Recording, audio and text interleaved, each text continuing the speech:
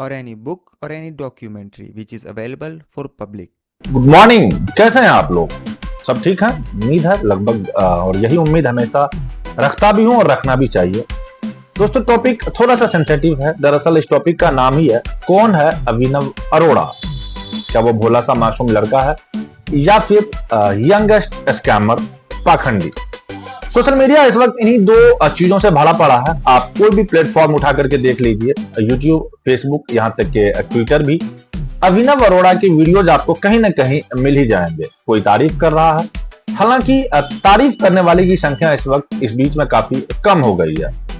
क्यों? क्योंकि उसकी भी एक वजह है। राम भद्राचार्य जी का एक वीडियो वायरल हो रहा है जहां पर उन्हें डांट लगाई गई थी।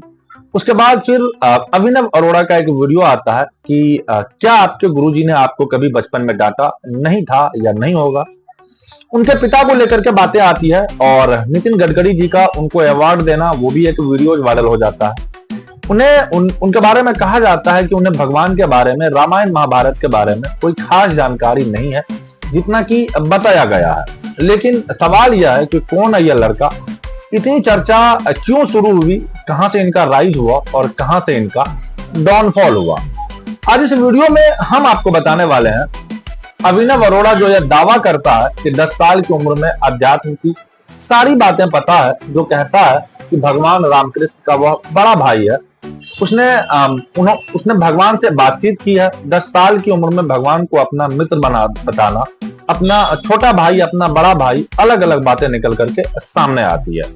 यहाँ पे मैं कुछ चीजें हैं जो मैं आपको क्लियर कर देता हूँ। कुछ वीडियोज आपको सोशल मीडिया पे ऐसे मिल जाएंगे जिनमें काफी सारे लोगों का ऐसा मानना है कि अध्यात्म और रामायण और भगवान की जानकारी आप कैसे बता सकते हैं, या आप उनके बारे में कैसे किसी दूसरे को आप शेयर कर सकते हैं, जबकि आप उस एज में आप हैं ही नहीं।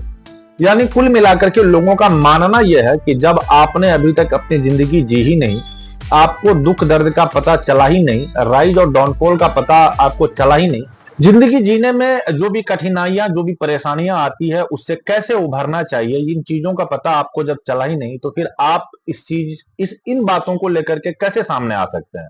आप कैसे कह सकते हैं कि हनुमान हमारे छोटे भाई हैं और भगवान से हमारी अब बातचीत होती है और हम उनके मित्र हैं? आप कैसे कह सकते हैं?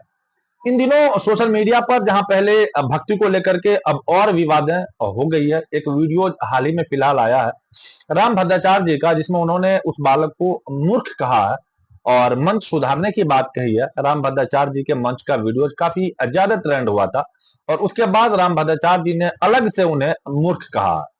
इसी बीच में एक खबर आई है कि अभिनव के जो मम्मी है, उनको लेकर के कहा गया कि उन्हें विश्नोई गैंग से धमकी मिल रहा है।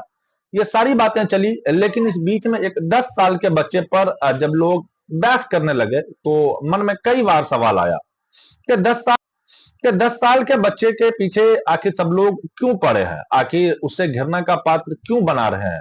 क्या उनकी हरकतें ऐसी है, या फिर उनके माँ बाप का दोष है, या फिर माँ बाप और वह सबके पीछे लोग बेवजह पड़ गए हैं? अभिनव को लेकर के सोशल मीडिया पर कहा गया था कि यार, एक बच्चा है जिसे जो सिखाया गया था वही वो कर देता है। कई लोग उनको नापसंद करने वाले भी कह रहे हैं कि भाई वो सिर्फ बच्चा है, आप उसे इस तरह से मत गिराओ, उनकी हरकतें परेशान करने वाली है उनके मॉम डैड की वजह से। अभिनव के जो माता पिता हैं उसको लेकर के भी कई लोग दावा करते हैं कि पहले उसे वो सोशल मीडिया इन्फ्लुएंसर बनाया जाता है और फिर उन्हें लगा कि धर्म कर्म में आगे बढ़ाएंगे, कथावाचक बना देंगे। यहाँ का जो हिसाब किताब है वो थोड़ा सा बेनिफिट वाला है, मतलब लॉस वाला नहीं है। आप जल्दी किसी को इन्फ्लुएंस कर सकते हैं।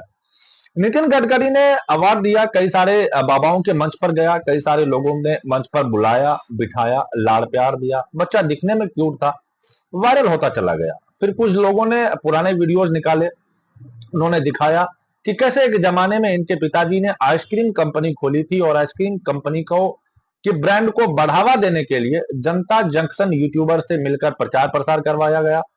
फलूदा एक्सप्रेस के बारे में कई वीडियोज बनाए गए, इनके पिता ने इनके ही पब्लिक रिव्यू करवाए। ये सारी बातें निकल करके आई और आरोप लगाने लगे। अभिनव की जो बचपन से ही एक उनको ट्रेंड किया गया, उनके जनरल पब्लिक रिव्यू के नाम पर उन्हें सिखाया गया कि झूठ कैसे बोलते हैं, और वो भी झूठ आंखों में आंखें डालकर कैसे बोलते हैं। यानी कि उनका कॉन्फिडेंस लेवल को बढ़ाया गया। सारी बातें चल रही है। हालांकि अपनी तोतली जुबान से जब वो धर्म का नाम लेकर के फेमस हुआ तो काफी लोगों को उनसे उम्मीद भी दिख रही थी कि यार एक बच्चा ही तो है जो ईश्वर का नाम ले रहा है, पाठ पूजा कर रहा है, इसमें क्या बुराई है। ठीक है, सोशल मीडिया के लिहाज से अगर कई बार लोग ज्यादा एक तरह से भक्तिमय हो जाते हैं, ये सारी बातें चल रही थी। उनके पिताजी के वीडियोज आए, उनकी माताजी के वीडियोज आए कि कई सारे बाबाओं के पास उन्होंने उनके वीडियोज आए। प्रेमचंद महाराज के पास एक कुंडर महाराज के पास, राम भद्राचार्य जी के पास, यही सबसे अभिनव का राइज शुरू हुआ। और फिर अभिनव को लेकर के एक बड़ा सवाल शुरू हुआ कि इनके पिताजी जो है वो सिखाते हैं, जो नहीं आता है उन्हें वो हंस देता है और बात को टाल देता है। यह सारी कहानी एक चिकन वाला वीडियो के जरिए वायरल हुआ कि पहले वो चिकन खाता था और अब कहता है कि मैं वेजिटेरियन हूं और नॉन वेजिटेरियन नहीं होना चाहिए। बहुत सारी चीजें ठाकुर जी के भक्ति के नाम पर, यह सारी चीजें। सवाल यह है कि यार एक छोटा बच्चा जो कृष्ण जी को अपना दोस्त बता रहा है, वो इतना वायरल क्यों और कैसे हो गया, क्यों हो गया, यहां से हो गया। खैर, अभिनव के बारे में आपको बताते हैं कि 10 साल का अभिनव दिल्ली का रहने वाला है। पिता का नाम तरुण राज अरोड़ा है और तरुण राज अरोड़ा एक बिजनेसमैन है और टेड स्पीकर है। उनका दावा है कि अभिनव, जो कि 3 साल की उम्र से ही आध्यात्मिक ज्ञान की उन्हें प्राप्ति हुई थी, खुद को भगवान श्री कृष्ण का बड़ा भाई बताया जाता है। कई पॉडकास्ट में दावा किया गया कि भगवान श्री कृष्ण को अपने छोटे भाई के रूप में पूछते हैं, उन्हें पूछते हैं। यह भी कई सारी बातें सामने आई, कई सारे वीडियोज वायरल हुए अलग अलग मौके पर। एक गणेश जी का वीडियो इनके साथ वायरल हुआ था, जो इनकी पहली वीडियो थी, जिसमें यह कह सकते हैं कि सिसक सिसक के रो रहा था। कभी कृष्ण जी की जन्मभूमि में नृत्य करते हुए वीडियोज वायरल हो जाते हैं, पर इनकी ठीक ठाक फैन फॉलोइंग भी हो गई है।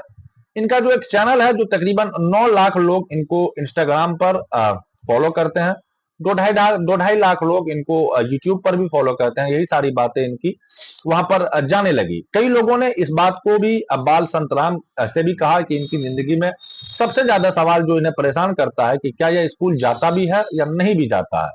कई बार तो इन्होंने कहा कि मैं वहां पढ़ता हूं जहां इन्होंने पढ़ाया था। हालांकि किस स्कूल जाते हैं उनका नाम नहीं बताया गया और इनके बारे में उन्होंने इस वजह से नहीं बताया, उसका रीजन दिया गया क्योंकि अगर नाम बता देंगे तो फिर यह कहते हैं कि फिर स्कूल मैनेजमेंट और स्कूल में पढ़ाने वाले जो बाकी लोग हैं उनको परेशान किया जाएगा। वहां लोग पहुंच जाएंगे और वहां पर फिर लोग वेरीफाई करने लगेंगे, तरह तरह के सवाल उठाने लगेंगे। लेकिन अभिनव की कहानी जो है वह यह चर्चे में रही है।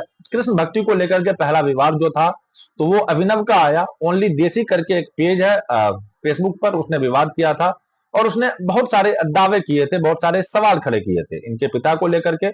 इनके पिताजी का आइसक्रीम का बिजनेस था जो कि फ्लॉप हुआ, उसके बाद बेटे को उतार दिया और सारे स्क्रिप्ट तैयार कर दिए जाते हैं। दूसरा बड़ा विवाद राम भद्राचार्य जी के मंच वाला विवाद था। हालांकि यह वीडियो 1.5 साल पुराना बताया जा रहा है, जिसे कि अब वायरल किया गया था। भद्राचार्य जी ने बाद में हालांकि इन्हें क्लैरिफिकेशन दिया और इन्हें मूर्ख कहा और कहा कि मूर्ख लड़का है, कैसे कह रहा है कि भगवान उनके साथ पढ़ाई करता है, यह कोई सलीका नहीं है। लेकिन वो वीडियो पुराना था। इवन फिलहाल जो है सोशल मीडिया पर वायरल है। हमें लगा कि आपसे पूछकर देख लें कि आपकी क्या प्रतिक्रिया है उस बच्चों को लेकर के। अभिनव के जो माता पिता हैं वो भी सुने हैं, उनके भी जीवन के लिए बहुत अच्छा हो सकता है। उन्होंने कहा कि ठीक है, सही गलत, स्कैमर नॉन स्कैमर, ये सारी चीजें मन की कहानी है, ये हम आप लोगों के ऊपर छोड़ देते हैं।